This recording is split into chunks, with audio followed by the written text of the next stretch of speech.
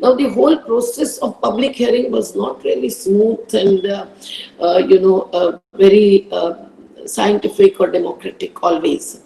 And here also the influence or the pressures from the profit-making industries or any other project authority, whether they are in the transport sector or the urbanization sector, urban planning sector, or the water and power sector, they always had that kind of a hold on the agencies that could also conduct the public hearings. Now, this was the weakness all throughout. And there were other institutional and structural weaknesses as well that existed in the notification of 1994. And still, I can tell you that we had something as a channel to express the grievances, and many times it worked to compel the government and the agencies to consider the objections raised. Now, there were certain weaknesses which were brought in when the notification was changed into the notification of 2006, and that also was questioned on many grounds. But now in the 2020 notification, let me tell you, the public hearing or the public consultation is out in the case of many projects. All the linear projects, the dredging projects, which would include dredging in the rivers, which would destroy or disturb the water cycle, whether it is for the Indian Waterways project, which is a huge project said to be costing at least 22,000 crores and occupying the river length of about 22,000 kilometers, and this will go on increasing in cost.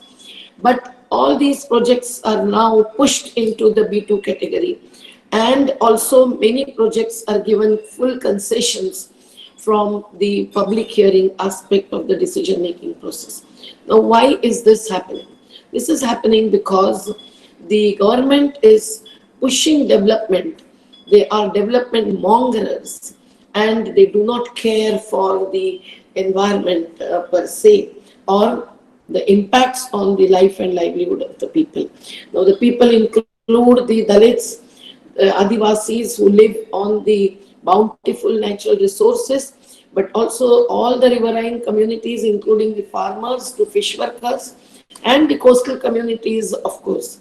So all of these communities, the who really live on the natural resources, will not have any say in those projects which are going to have enormous impacts, but false, not just wrong presumption that they would not have impacts is something which is the basis of the present amendment, which is pushing many projects out of the scope of public hearing.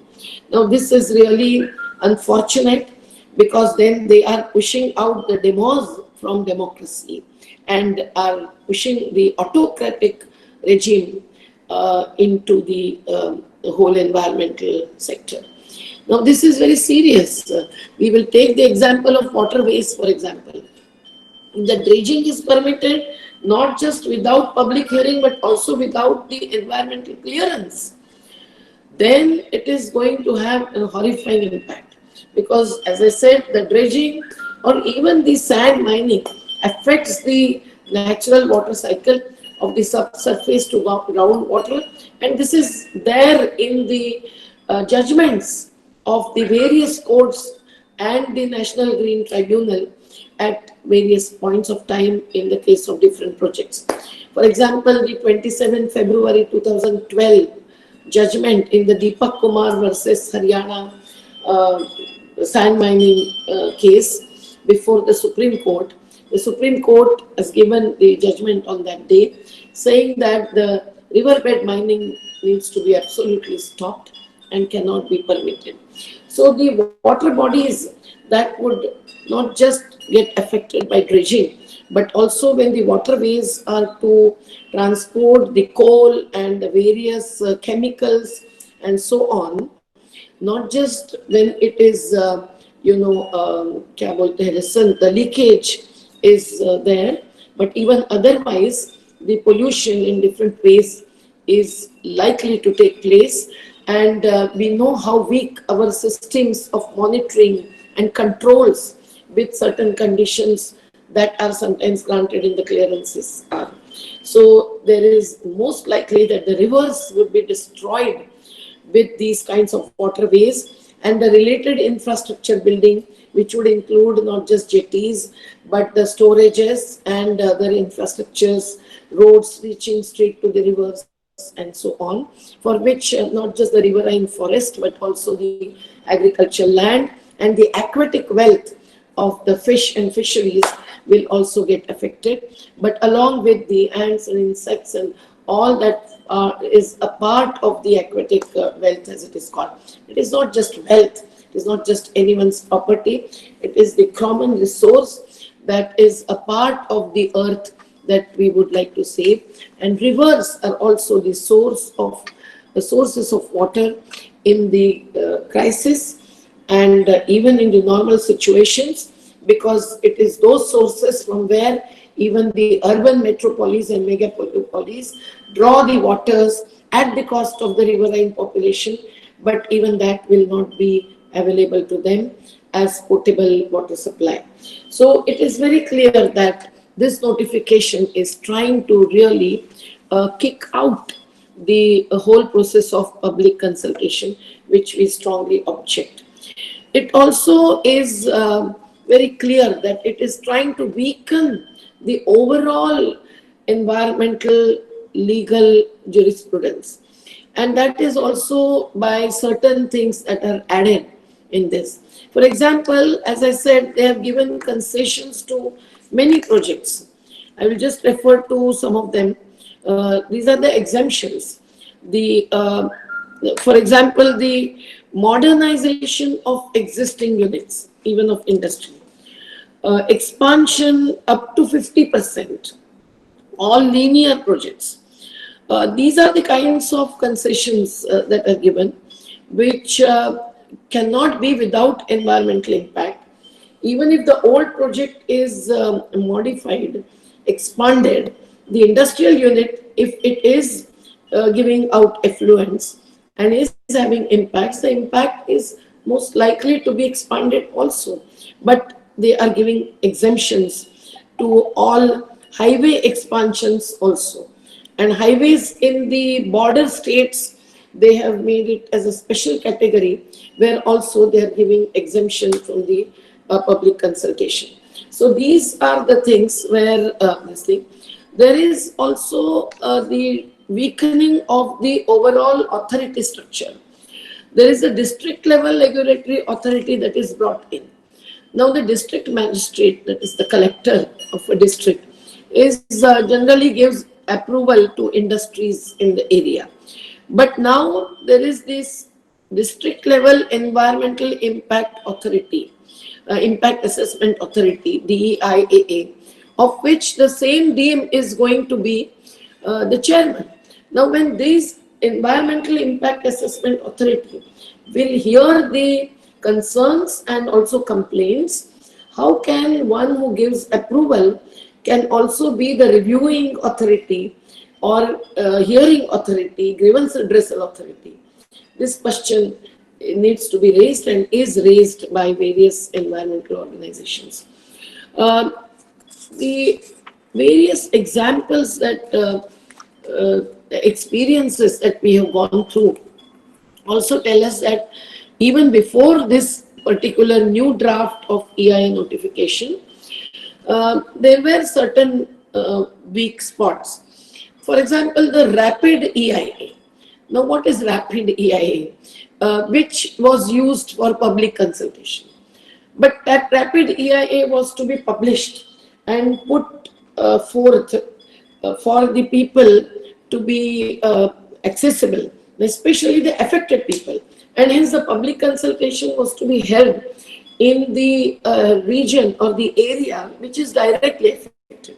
There are many examples when these kinds of consultations based on the rapid EIA really could not go into the depth, because the rapid EIA dealt with every aspect, whether it is mitigation of the impact or the compensation of the impact, with huge claims which were baseless, in one para each. And that was unacceptable to all of us. The common people would not understand a word if it was not translated, and if the translated EIA was not made available. But even that process is now pushed further with the post facto clearances that is now permitted. Now, the post facto clearance doesn't mean anything. Once the project becomes a fait accompli, whether with the approval by some international financial institution or the Indian agency concerned, whether it is the Central Water Commission or the Central Electric Authority, etc., it is always the fact that once it becomes a fait accompli, then umpteen number of questions the common people may raise, no one would give any consideration. Now, this post facto clearance is permitted in this 2020 notification for certain projects, which also is certainly ridiculous. They have also brought in certain things, especially for the projects with huge impacts like mining. Now, we have heard the Prime Minister saying with great confidence, if not arrogance, and also a great kind of a claim that after the lockdown, also the COVID-19, during which the GDP has gone to be much lower, there is a chance and a need to open up certain sectors and carry further the mega projects with all the activities concerned, whether industrial or depletion of natural resources through mining. Is all this to be outside the environmental legal framework? If that happens, the huge impacts of the open cast or even underground mining that are borne by especially the Adivasi communities and others who live on those resources but do not get the right to those resources, and considering those as the common property, the state, the omnipotent state, follows the principle of eminent domain. That is, the state is the owner of these resources and snatches away the resources and leaves the communities to really suffer and live in hell. Sometimes they get the daily wage work, no doubt, but also the deaths occur, and there is hardly any sensitivity shown to the affected communities, while the Prime Minister claimed that this kind of mining, with opening up the sector to the private companies more than whatever has already happened, will bring in development to the local communities. It is indeed questionable and also laughable to an extent to really believe that this kind of privatization and opening up of mining sector, of coal included, which is internationally controversial because of the climate change that comes through the thermal power as well, and the carbon emissions. It is necessary to understand that it is the profit over people kind of approach that is pushing these projects, and in order to enable them to say that all this is legally done, they are now weakening the environmental laws, which are protective, which are compensatory, which are democratic, and every bit of that law is being weakened day after day. It is therefore we, the common people and those who are concerned about the greenery and the greenness on the earth, who have to question this EIA notification and must understand also the fact that these weakening laws are something that are demanded by the international financial institutions. Friends, do you know that when we were put in the lockdown, there are a number of decisions, number of international agreements that are made by the state, the omnipotent state, the big S. The state governments as well as the central government. The World Bank and the various international financial institutions, they are the ones with whom the agreements are made during the lockdown period in the name of corona affected and support to them, but that has not really reached the real affected people who are affected not just by the COVID-19 but also the lockdown, losing their employment and becoming helpless and without purchasing power.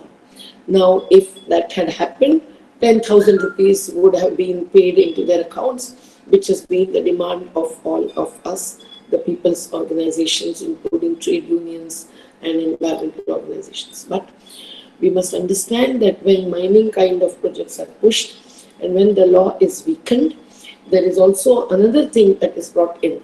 How long will any clearance last? They have changed the whole regime of clearance. Not just the process of screening and scoping and then the environmental appraisal committee giving a decision. All of those steps are going to be weakened. But on the other hand, once the clearance is granted, whether it will be for 30 years or for 50 years. Now the 30 years is changed to 50 years. For the River Valley projects also, it was 10 years, that is now changed further and increased the period. Whether any power project with 50 megawatts at least would require a certain process of decision making. No, now it is 75 megawatt. So on and so forth. I think I will not go into the details, but we know that all the projects which would be given such a long-term environmental clearance will be without monitoring. And there are certain smaller but important aspects in the decision making and monitoring that are also changed. Whether the inspection and reporting back as a part of the accountability on the part of the project authorities will come in every 6 months. No, now it will be annual. So on and so forth. We know, for example, how these whole processes even earlier were weak, but now it is going to be further weakened, and hence the danger that the impact, severe impacts on not just mountains but forest, the diversity, biodiversity, the aquatic wealth, as I said, the rivers, the coastal regions, the groundwater, and every natural resource and the natural resource based production is going to be affected with this kind of amendment. Hence, friends, all of this is being questioned. The validity of clearance should not be that longer. The monitoring should be stronger. The democratic decision-making process must continue. But we also know that the system plays various games. I'll just give you one or two examples. That's all. I remember that when we were in the district Raigad of Chhattisgarh years ago on the bank of Kelo River, and the thermal power project of Jindal's, the second part of it was to be carried out. It was a big show that was created there, although the officials had visited the nearby community and taken the thumb impressions of the males, while the females had denied to give that. And when I happened to be there because of the invitation from the People's Organization, we realized that we had to reach out to the women and appeal to them and make them come to the public hearing place. Otherwise, they were to be left out totally. But in spite of their coming there and everyone expressing views against that project, after the public hearing, we were told that there are a number of submissions received by email. And when we went into the room behind the pendal, in the pendal itself, we had to ensure that it was properly recorded, so on and so forth. But when we went behind, we realized and saw that certain officials or employees were sitting there and filling the emails as gap filling majors. So friends, these things were happening even earlier. In the various public hearings in Uttarakhand, our colleague Vimal Bhai had fought the battle with the Pahadi women coming forward.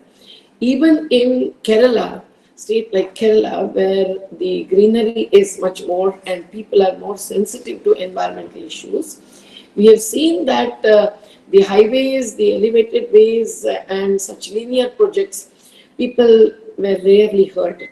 That is considered as the development project. The Atherapalli project on the Chalakudi River, which got the clearance recently, or the Adani's big Virincham project.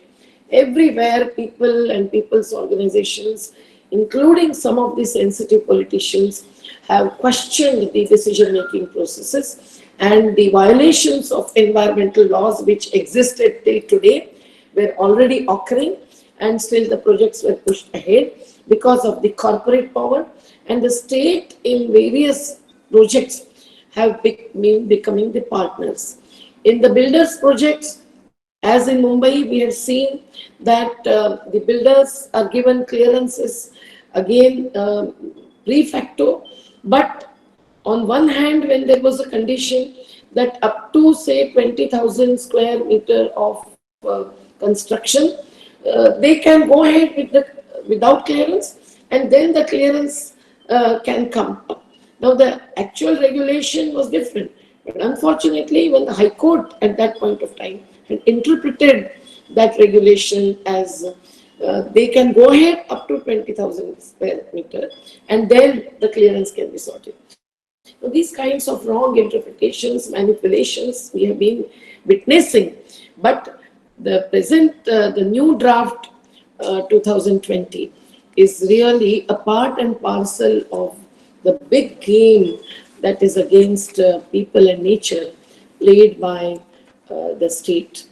The central government is up to revise not just labor legislations but these environmental laws. And as I was saying that the international financial institutions are certainly behind us.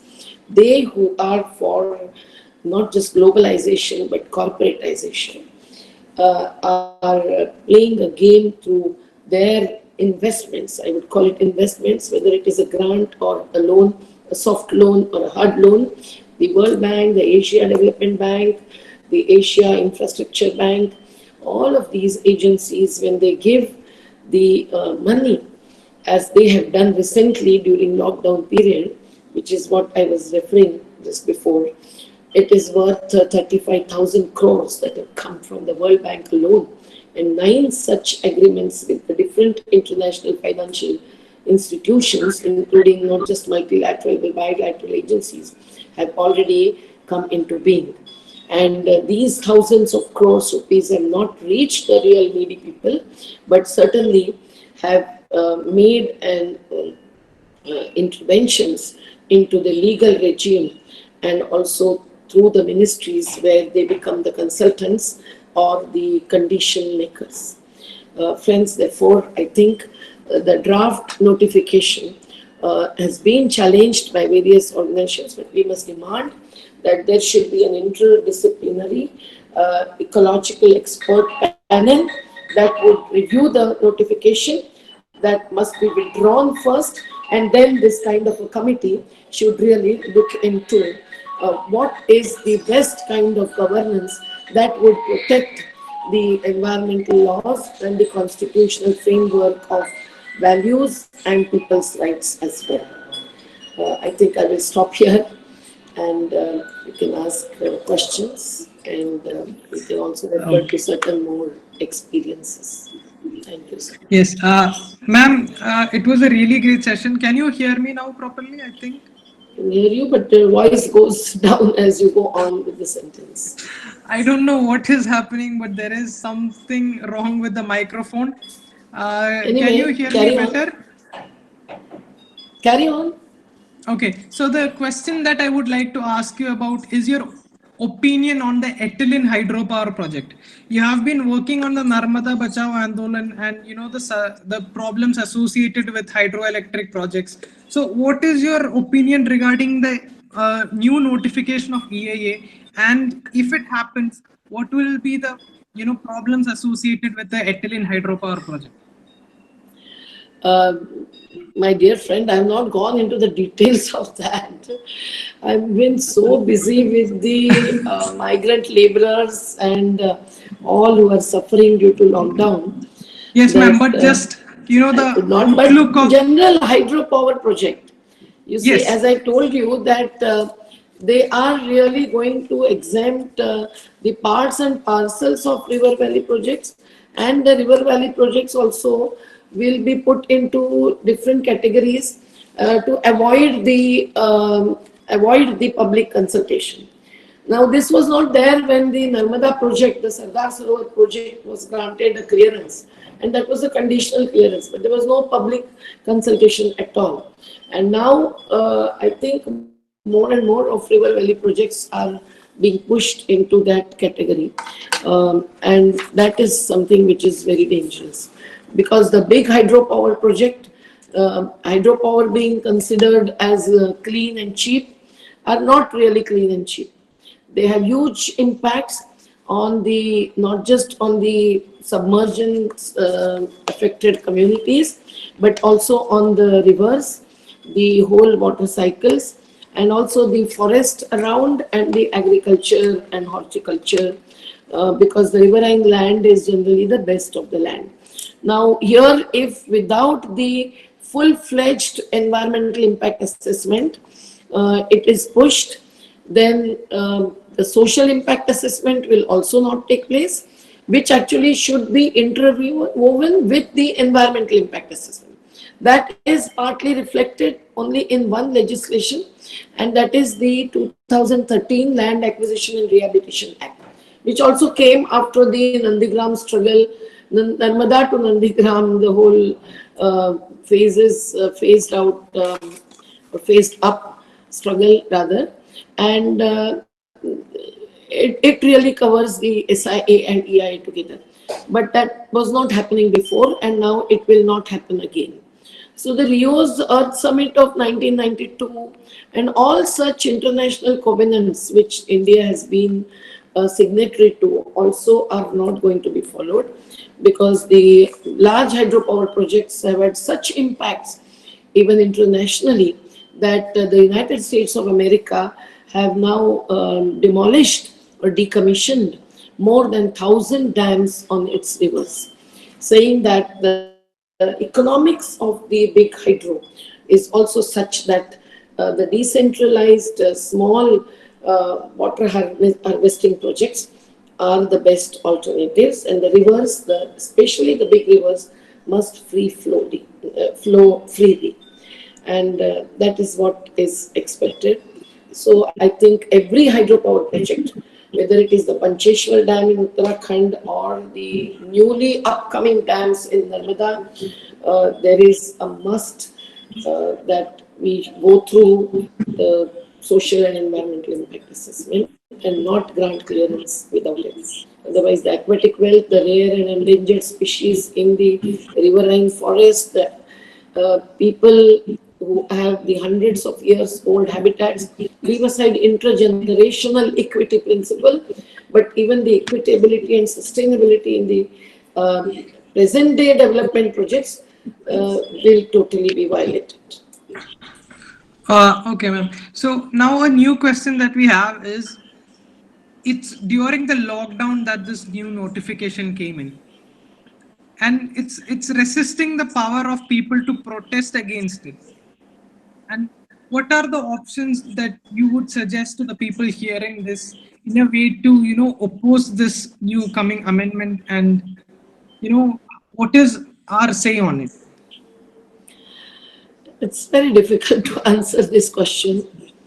We don't really know what will be the future of this country, the democracy and the democratic institutions, because every pillar of democracy is affected with the political interference That is really pressurization, and also changing the whole paradigm of decision making to judging of the projects, as I said, because the judiciary has given us a great hope when it was Justice V.R. Krishna, ERG, P.N. Bhagwati, who really took great interest in the PILs, the public interest litigations, so that people who could not really resolve their problem or get the answers with the sensitivity and sensibility from the state,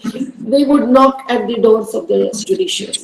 But today there are different experiences. I would not quote from the judgments, but Narmada, for example, we know that the court doesn't get the full facts, rather no facts.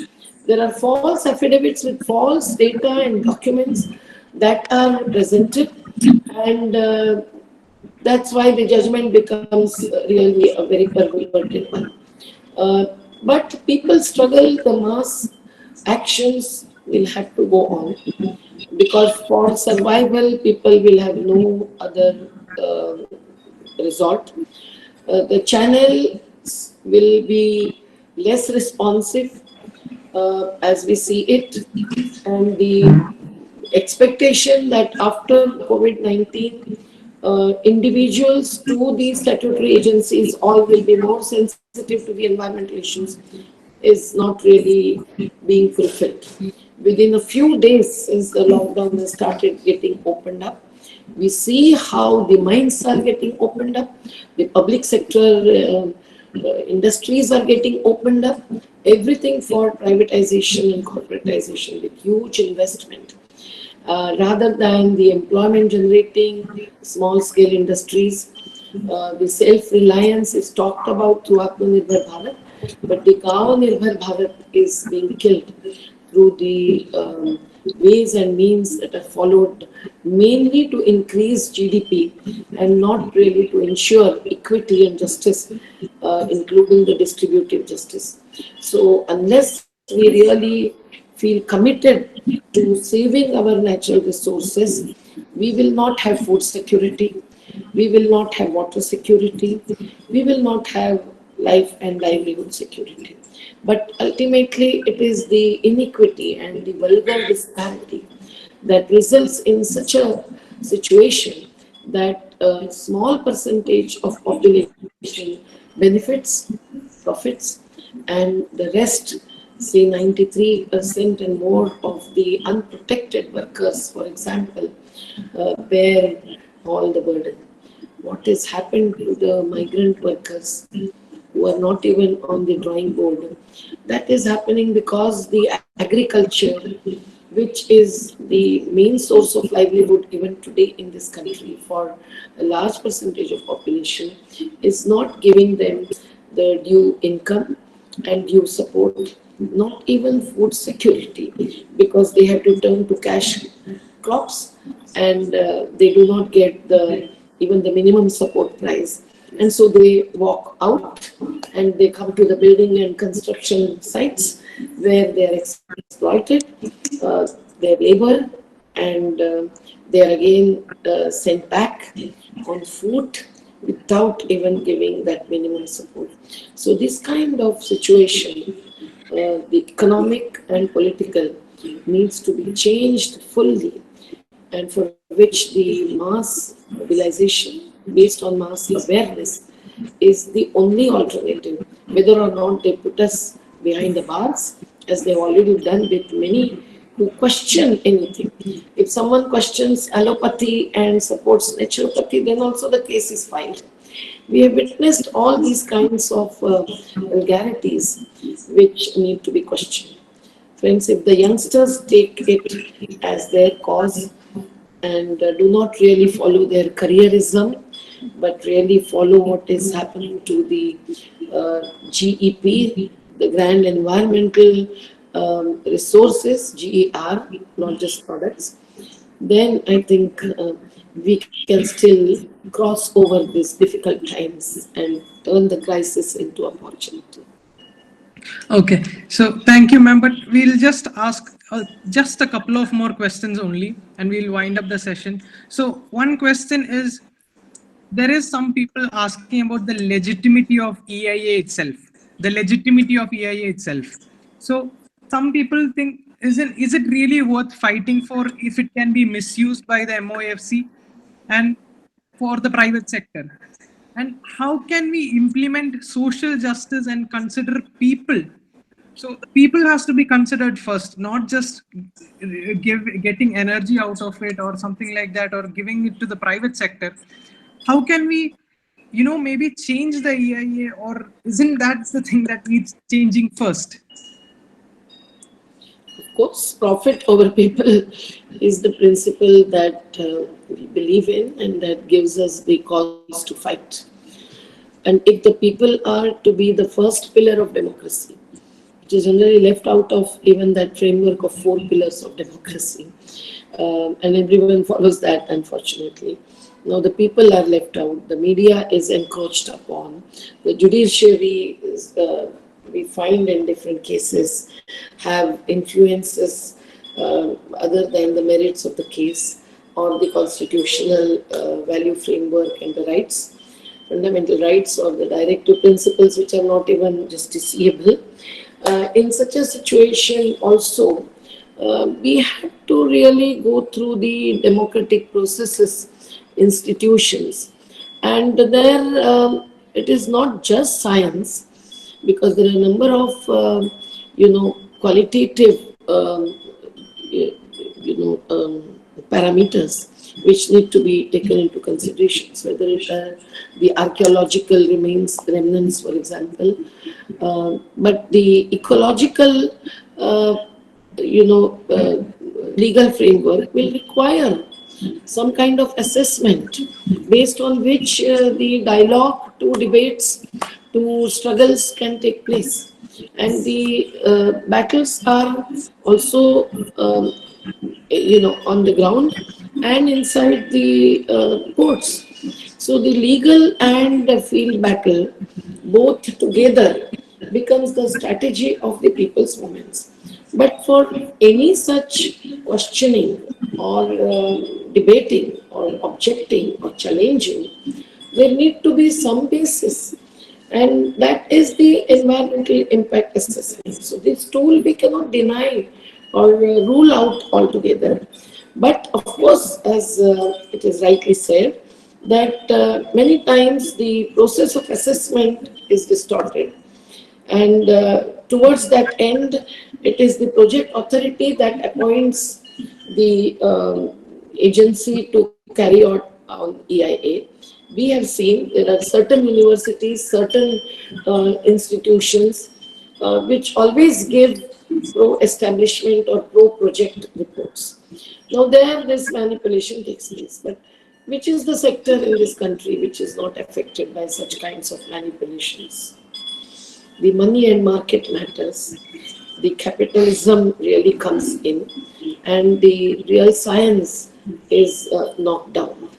So with all these limitations, we have to have EIA, we have to have SIA, but of course we have to be very carefully supporting the cause of planning a proper, the assessment agency built up, and the modus operandi, as I said. That is being changed in the opposite direction. So it is profit over people. And neither are people considered, nor are the natural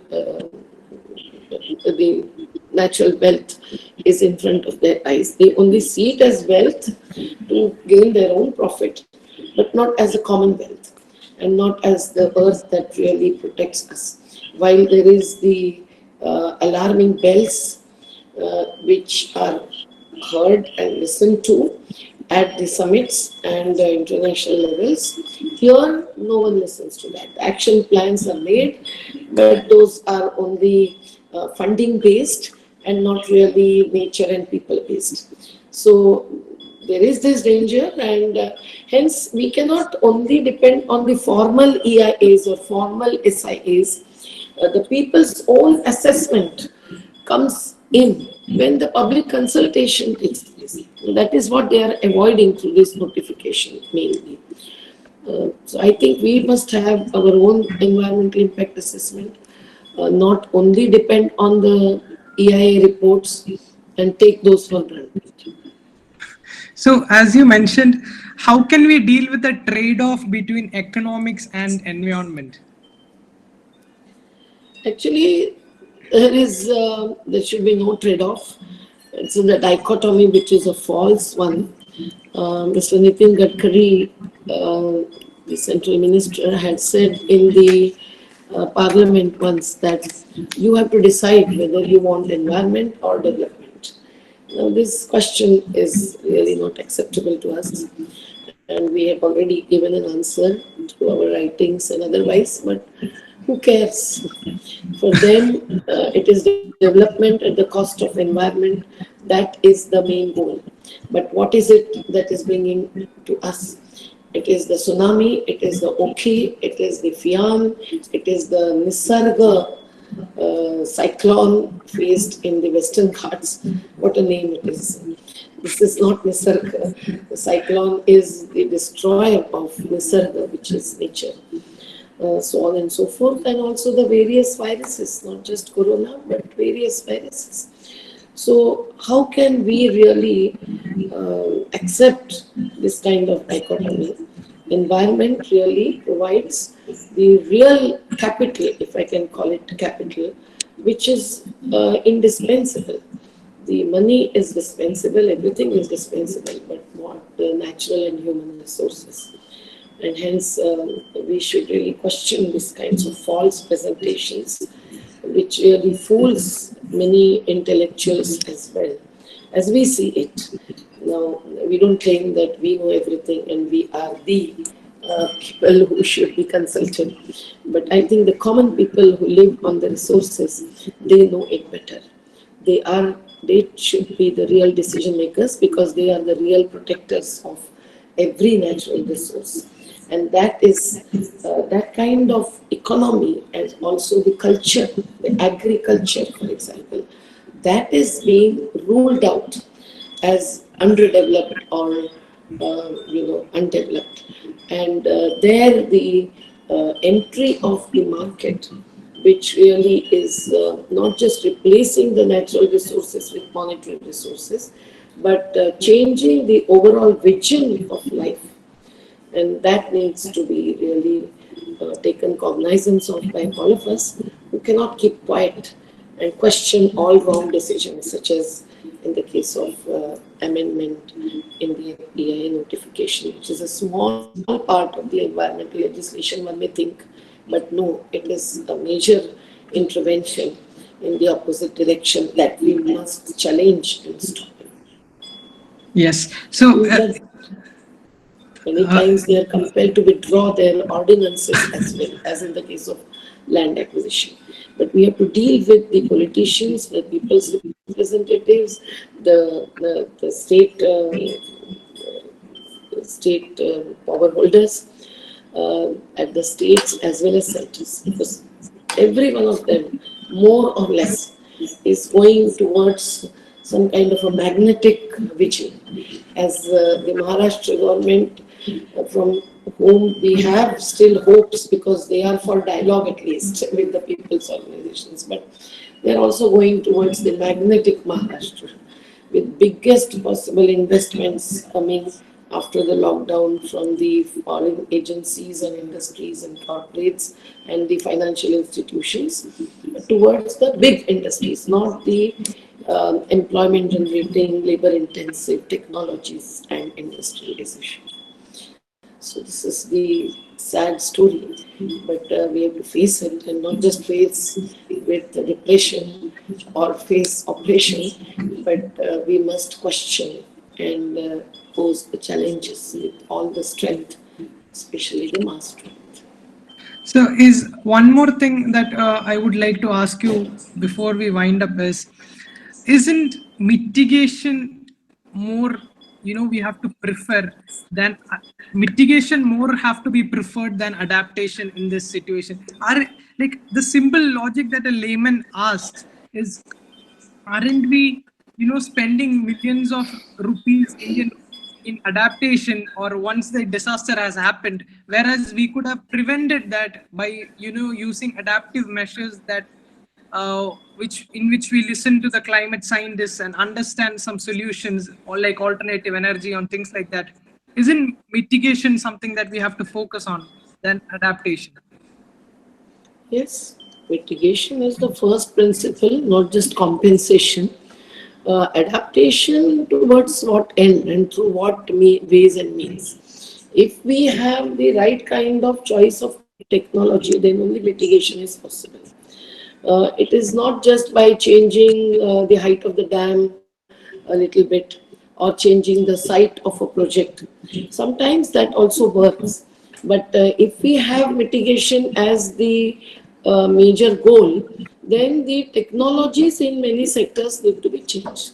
Whether it is the power sector, where, as you rightly said, the renewables are to be the first priority, or water sector, where the decentralized water harnessing, including the roof water harnessing in the urban areas, and the small water bodies or the groundwater recharging in the rural areas and also the urban areas. That kind of choice of technology needs to be changed, which will also give rise to employment. Manarega, the Employment Guarantee Act, is now the only source of income and support for the livelihoods for all these crores of workers who have returned back to their villages, where there are no new schemes, no new minimum support prices for the produce that comes from agriculture, horticulture, or fishing, for example. They are dependent on Manreka. Whether or not an educated boy will work with the manual labor or not, but that is only a major for 100 days. So that also will not be fulfilling the requirement of employment in the situation where we are at the peak of unemployment today. And hence, unless we have the agricultural measures, the water harvesting measures, all the small harnessing industries, from the fruits to the vegetables to the fish, and also the agricultural and horticultural produce in the rural areas, which would not allow the kacha mal, the raw material, raw produce to go out as in during the colonization days, but really have the processing industries, decentralized small scale industries that would make it a final product and then sell out. Unless we have this kind of change towards this end, we cannot deal with the problem of unemployment or migration, which are the indicators of the worst economy. So I think the alternative paradigm is something that we have to pursue, but that needs to have changes in our lifestyles as well. The people, the society at large must realize that it is their lifestyle, the products that they're using, that affects the environment. It is not just one virus at some point of time. Okay, so it has been a very long session, and we took a lot of time from you. I know how much I have seen from an interview of how much time you might sleep and how much time you work. So really thankful for you to joining. But I have just this one question before we end, and that is, all the people who are listening to this, most of them are youngsters, and we are very much into this climate movement. We are talking about social justice and the relevance of climate movement. We are fighting for it as much as we can. What is your message to them before we wind this up? Message? Yes, message to the young activists who is listening to this. My dear friends, first and foremost, you have to be active on these issues. So we can't just be participating in the webinars or seminars. We have to take action based on our own vision and our own capacities. And those capacities can always be built up. If you study well, not just the laws, the constitution, the overall local to global situations which are bringing in such crisis, we cannot decide the path of our uh, action.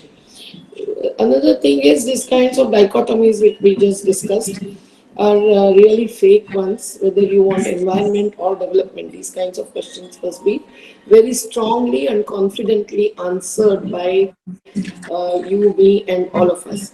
The thirdly, we have to really pose challenges, you know, through what channels can we proceed? We have to decide. If you are an academician, you will only help the people who are directly affected with your own exercises and interpretations and reports, research, and whatever. But if you are an activist or a legal activist, you will be either in mass action or legal action.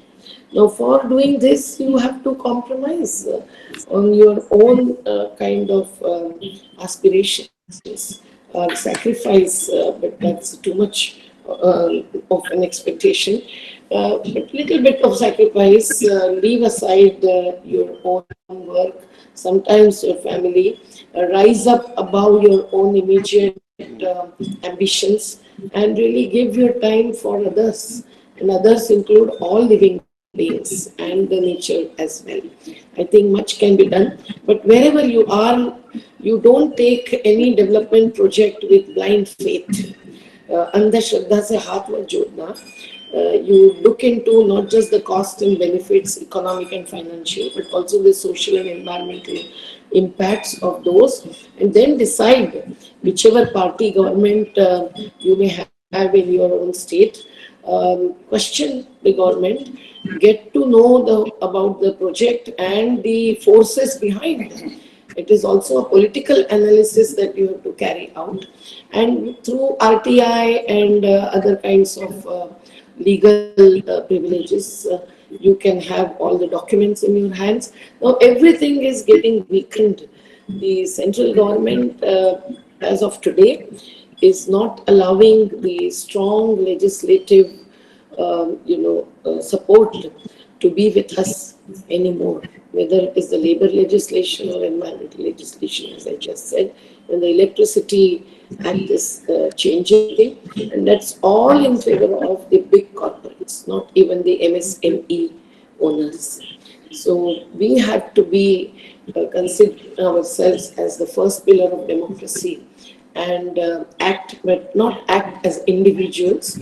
Always act with the mass strength as much as you can build around a particular issue, not just a project, but a particular question and the problem at hand.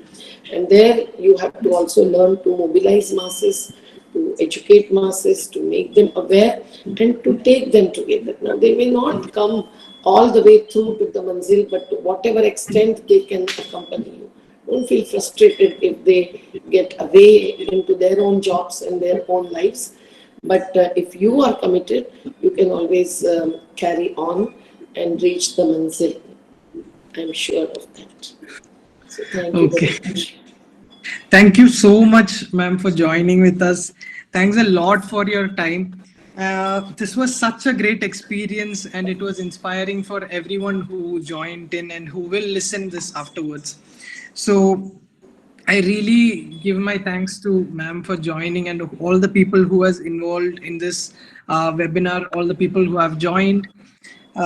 I have seen there is a lot of questions for people, but I will ensure there is a form sent across to all of you, so you can text the questions to us, and we shall try to sort out the answers and give it back to you.